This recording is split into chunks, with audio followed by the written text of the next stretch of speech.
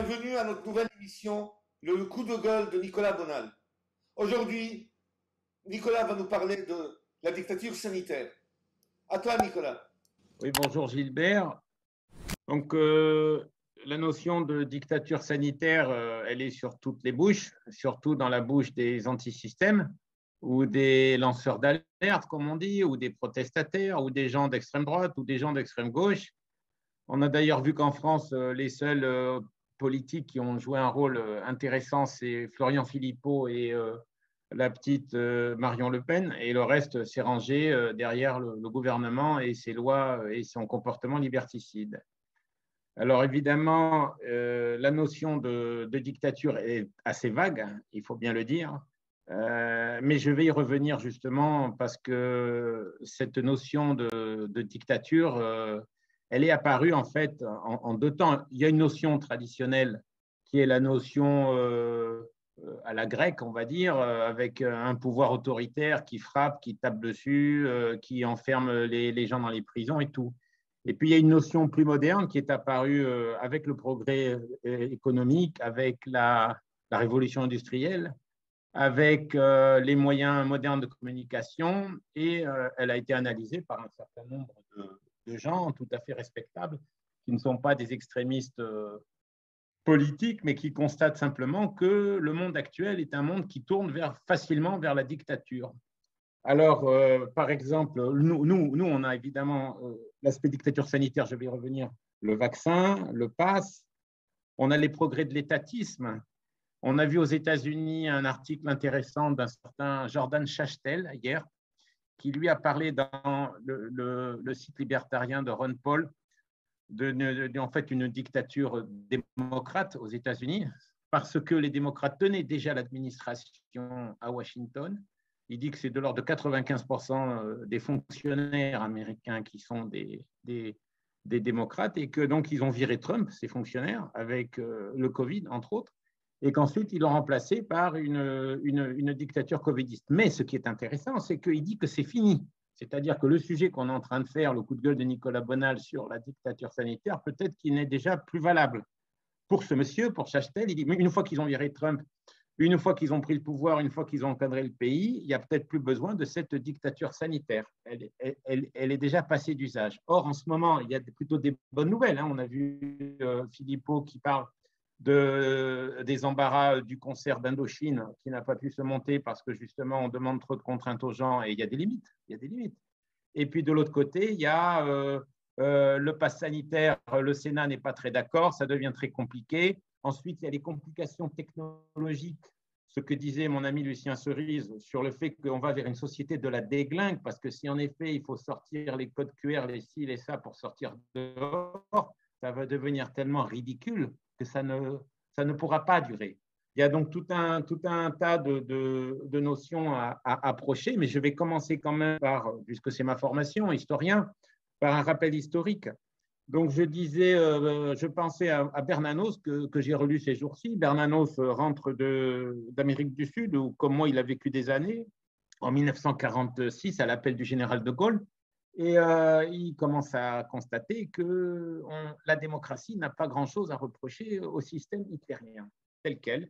Il dit que finalement, c'est un système de contrôle, c'est un système où l'État est partout, c'est un système de réduction des libertés, c'est un système où 80% de ce qu'on gagne file aux impôts, et c'est un système où une administration pléthorique que déjà dénonçait Karl Marx à l'époque du Second Empire de Napoléon III, et c'est l'époque, donc une administration pléthorique devient envahissante. Or, c'est le moins qu'on puisse dire aujourd'hui. Il y a l'administration qui vient t'appeler pour savoir si tu veux te vacciner, l'administration qui va te contrôler pour savoir si tu as été tatoué numérique, l'administration qui va te savoir par Internet si tu es anti-gouvernemental ou pro-gouvernemental. Et on a de plus en plus de gens qui se font enfermer, arrêter sans aucun problème. Donc, Bernanos dit que cette notion de démocratie avec le peuple qui a la liberté et tout ça, c'est du vent. C'est du vent. On a une possibilité de voter tous les 4 ans ou 6 ans ou 7 ans pour à peu près garder le même système, les mêmes orientations politiques au sommet.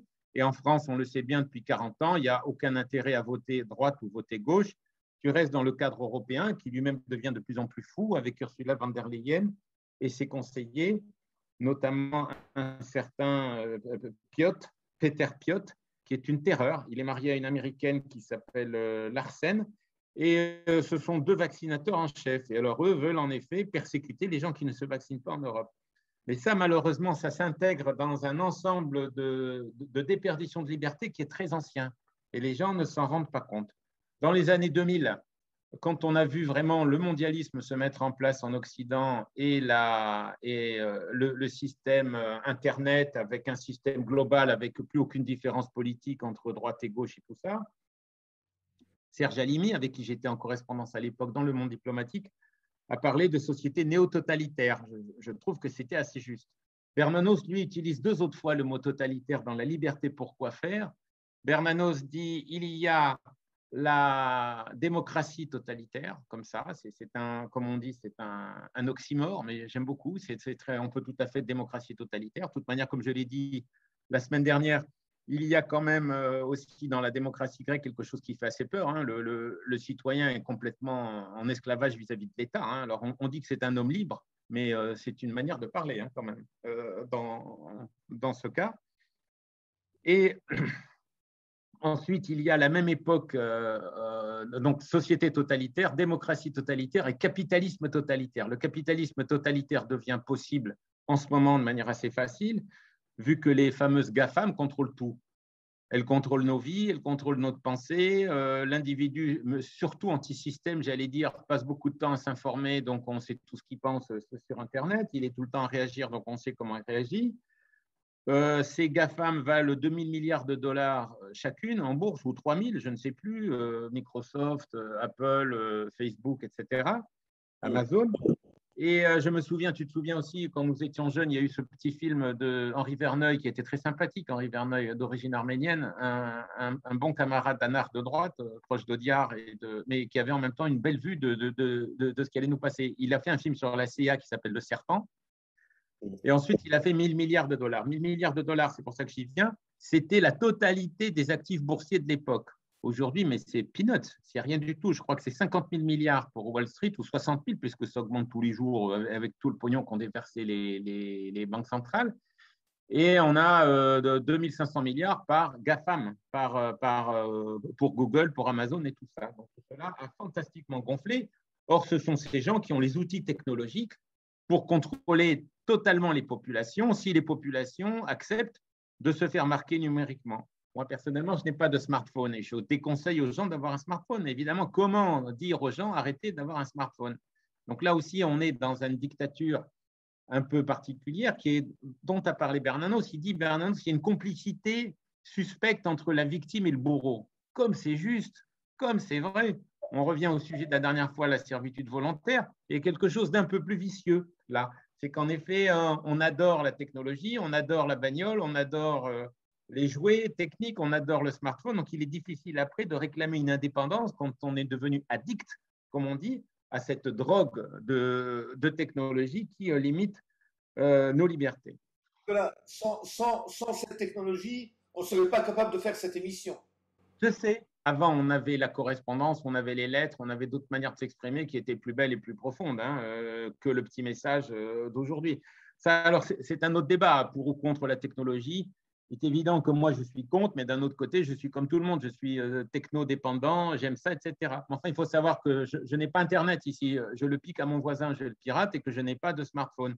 Et j'ai arrêté de regarder la télé en 1984. Je te jure, en 1984. Je suis à 40 ans sans télé. Alors ensuite, il y a d'autres éléments de dictature actuelle, parce que c'est ce que je voulais dire. L'expression n'est pas excessive. L'expression n'est pas excessive. Guy Debord a parlé donc du despotisme peu éclairé. Il a dit le spectacle, à savoir la démocratie occidentale, son destin n'est pas déterminé en despotisme éclairé. Le despotisme éclairé, on l'a en Russie, le despotisme éclairé, on l'a en Chine ou dans d'autres pays. Mais là, on a un despotisme, on a un autoritarisme forcené et désordonné. On le voit bien en France avec la réaction, je ne vais pas commenter, hein, des militaires ou des policiers. Le système est complètement chaotique aux États-Unis aussi, tout en ayant un État pléthorique, une administration pléthorique, des effectifs de police pléthoriques et une police de la pensée pléthorique. La police de la pensée, on en a parlé il y a 40 ans déjà. C'est Blandine Kriegel qui en avait parlé dans le Figaro. Donc en France, c'est une vieille histoire, hein, la police de la pensée. On a ça dès le XVIIIe siècle. C'est ce que le très grand historien de la Révolution et philosophe Cochin a appelé la terreur sèche. Il explique déjà à l'époque qu'il y a des comités d'épuration littéraire au XVIIIe siècle, et c'est ce qui fait qu'on se retrouve dans nos manuels littéraires à la con que certains défendent encore, avec, comme disait Flaubert en se marrant, Diderot toujours suivi de d'Alembert, Voltaire, Rousseau, que sais-je encore. Il y a très peu d'écrivains qui restent du XVIIIe siècle parce qu'il y a eu ce comité d'épuration littéraire, la terreur sèche donc de Cochin, qui a effacé le tout. Et actuellement, et déjà d'ailleurs, on est dans une forme de dictature woke hein, au XVIIIe siècle, comme je le disais la dernière fois, avec la mythologie du bon sauvage. C'est finalement la même chose que les woke d'aujourd'hui. Tout ce que font les Blancs est mauvais, tout ce que font les civilisés est mauvais, tout ce que font les pays développés est mauvais. La seule chose, d'ailleurs, ils n'ont pas tout à fait tort, hein, on pourrait en parler une autre fois, mais bon, c'est thèse, antithèse. Et on arrive à une société qui rejette complètement tous les acquis de sa propre civilisation, comme en ce moment, pour déconstruire l'histoire de France à la manière de l'autre et réclamer autre chose. Et alors, ce qui est amusant, c'est qu'on arrive à une dictature woke dont a parlé un intellectuel juif américain néoconservateur qui s'appelle Goldberg, Jonah Goldberg. Le livre n'a pas été traduit en français alors que ça a été un succès aux États-Unis, c'est un véritable scandale. Et Goldberg dit, nous sommes dans une perspective de fascisme libéral aux États-Unis. Il écrit ça en 2007. Hein. Nous sommes dans une perspective de fascisme libéral et il rappelle que la gauche aimait beaucoup Mussolini et même au début, elle aimait assez Hitler et que cette histoire de fascisme avec fusion des corporations et de l'État avec une administration pléthorique, avec une surveillance du citoyen, finalement, ça convient très bien à la gauche, tout comme ces textes qui ont été écrits récemment sur le fait que le confinement convient mieux au gouvernement de gauche qu'au gouvernement de droite. On l'a vu en France, on l'a vu en Espagne, on l'a vu en Italie, puis en Espagne, il y a une petite révolte à Madrid. On ne sait pas si cela aura un grand futur. D'ailleurs, les populations sont allées au confinement en chantant. Oui, alors ça, on va en parler après. On en a déjà parlé puisqu'on a parlé de la servitude volontaire. On a un exemple tout simple. Hein. Moi, je lis la presse américaine plus volontiers que la presse française, anti-système, hein, parce que je trouve que les gars sont des pointures. Et il dit qu'à moins de $50 000 par an, tu n'as pas intérêt à sortir de chez toi pour aller bosser. $50 000, c'est de l'argent, Gilbert. Hein. C'est 45 000 € ou 40 000 €. Alors, la vie est beaucoup plus chère aux États-Unis qu'en Europe. Enfin, surtout que l'Europe que nous connaissons, toi et moi, qui est l'Europe du Sud, méditerranéenne. On paye moins d'impôts aux États-Unis. Oui. Mais bref, le gars à 30 000 $ chez lui, il n'a pas intérêt à aller servir des McDonald's. On est tous d'accord, ou à jouer au chauffeur routier. Encore que paraît-il, un chauffeur routier peut toucher jusqu'à 75 000 $ aux États-Unis.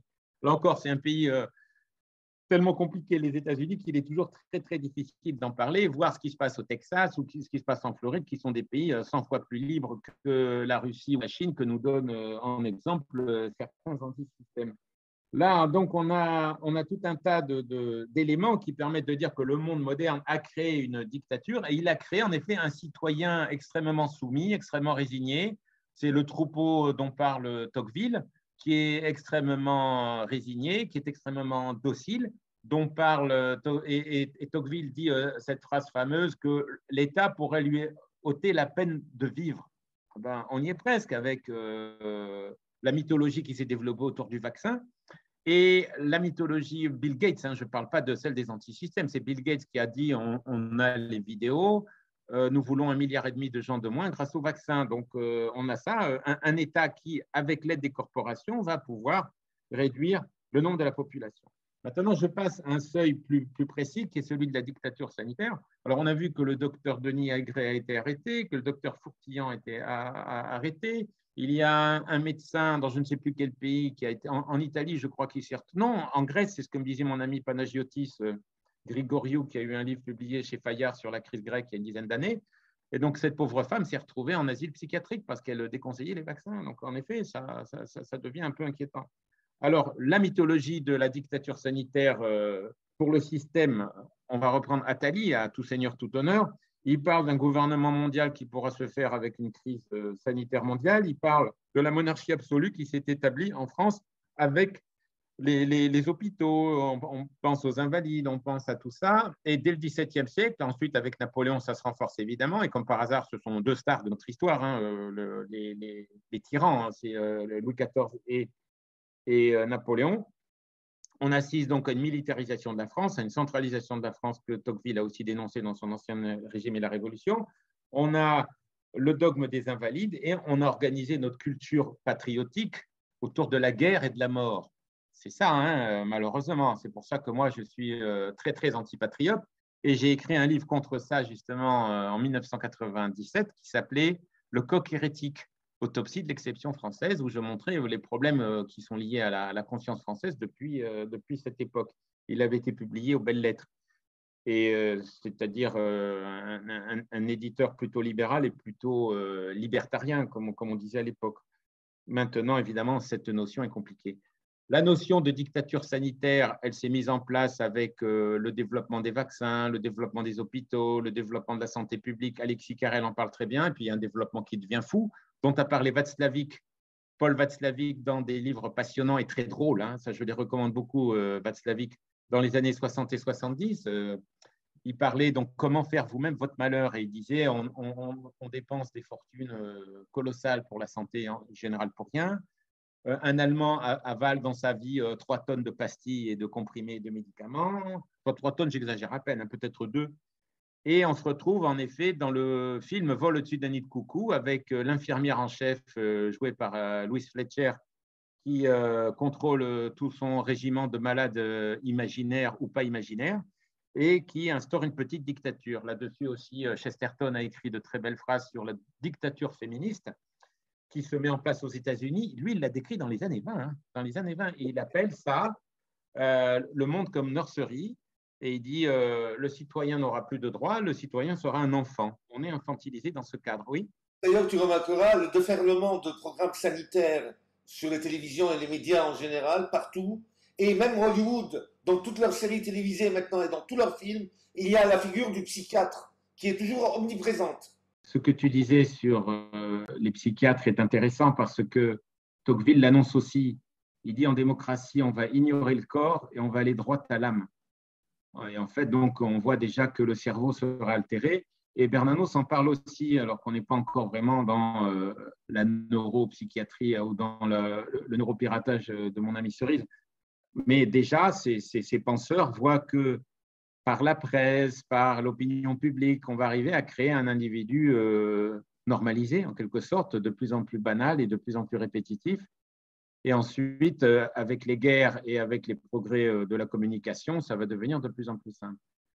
Moi, d'un autre côté, je pensais que grâce à Internet, on pourrait arriver, au contraire, à plus de gens qui auraient des opinions plus divergentes, qui ayant accès à des sources d'informations très différentes, pourraient se cultiver et devenir avec un esprit plus critique. Puis en fait, on n'a pas du tout l'impression que ça se soit passé comme ça. On a Instagram, on a Facebook, on a TikTok, et on se rend compte que le cerveau humain, en effet, devient un véritable TOC. Il y a une limitation totale là-dessus. Donc, on a une espèce d'homogénéisation qui s'est créée à cette époque-là, à partir du XXe siècle, et qui ne fait que se développer de notre époque. C'est le grand écrivain juif autrichien Stefan Zweig qui a parlé dans les années 30 de l'uniformisation du monde. En fait, on voit l'émergence à cette époque-là avec la radio, le cinéma et tout le reste d'un homme occidental planétaire déjà, un homo occidentalis. Et dans un livre préfacé par un autre grand intellectuel de l'époque, Drieux-La Rochelle, écrit qu'on va vers une civilisation européenne qui est basée sur du clic et du toc et qui crée un homme tout à fait quelconque, un homme masse qui va accepter en fait toutes les dictatures actuelles, dont la dictature sanitaire actuelle, puisque on a dit il y a quelques jours, alors là on va arriver à un autre problème, on a dit il y a quelques jours que 40% des Français reprochent au gouvernement d'aller trop vite dans le déconfinement, Gilbert, c'est quand même pas mal. Donc, le débile mental a peur, le virus va lui sauter dessus dans la rue et va le tuer, ainsi qu'une personne sur 3000 que le virus a tué dans le monde. Parce que tu écoutes les gens, on a l'impression que le virus a tué 30% de la population humaine, parce qu'on en a beaucoup parlé à la télé. Autrement dit, le gars confond intégralement le monde virtuel et le monde réel, ou le monde de la télé et le monde de la réalité. C'est comme ça. Et donc, les Français sont encore pires que Macron. Ils veulent encore plus de tricks, ils veulent encore plus de confinement, ils veulent peut-être encore plus de vaccins que le gouvernement, que sais-je. On ne sait pas aussi jusqu'à quel niveau ça peut aller.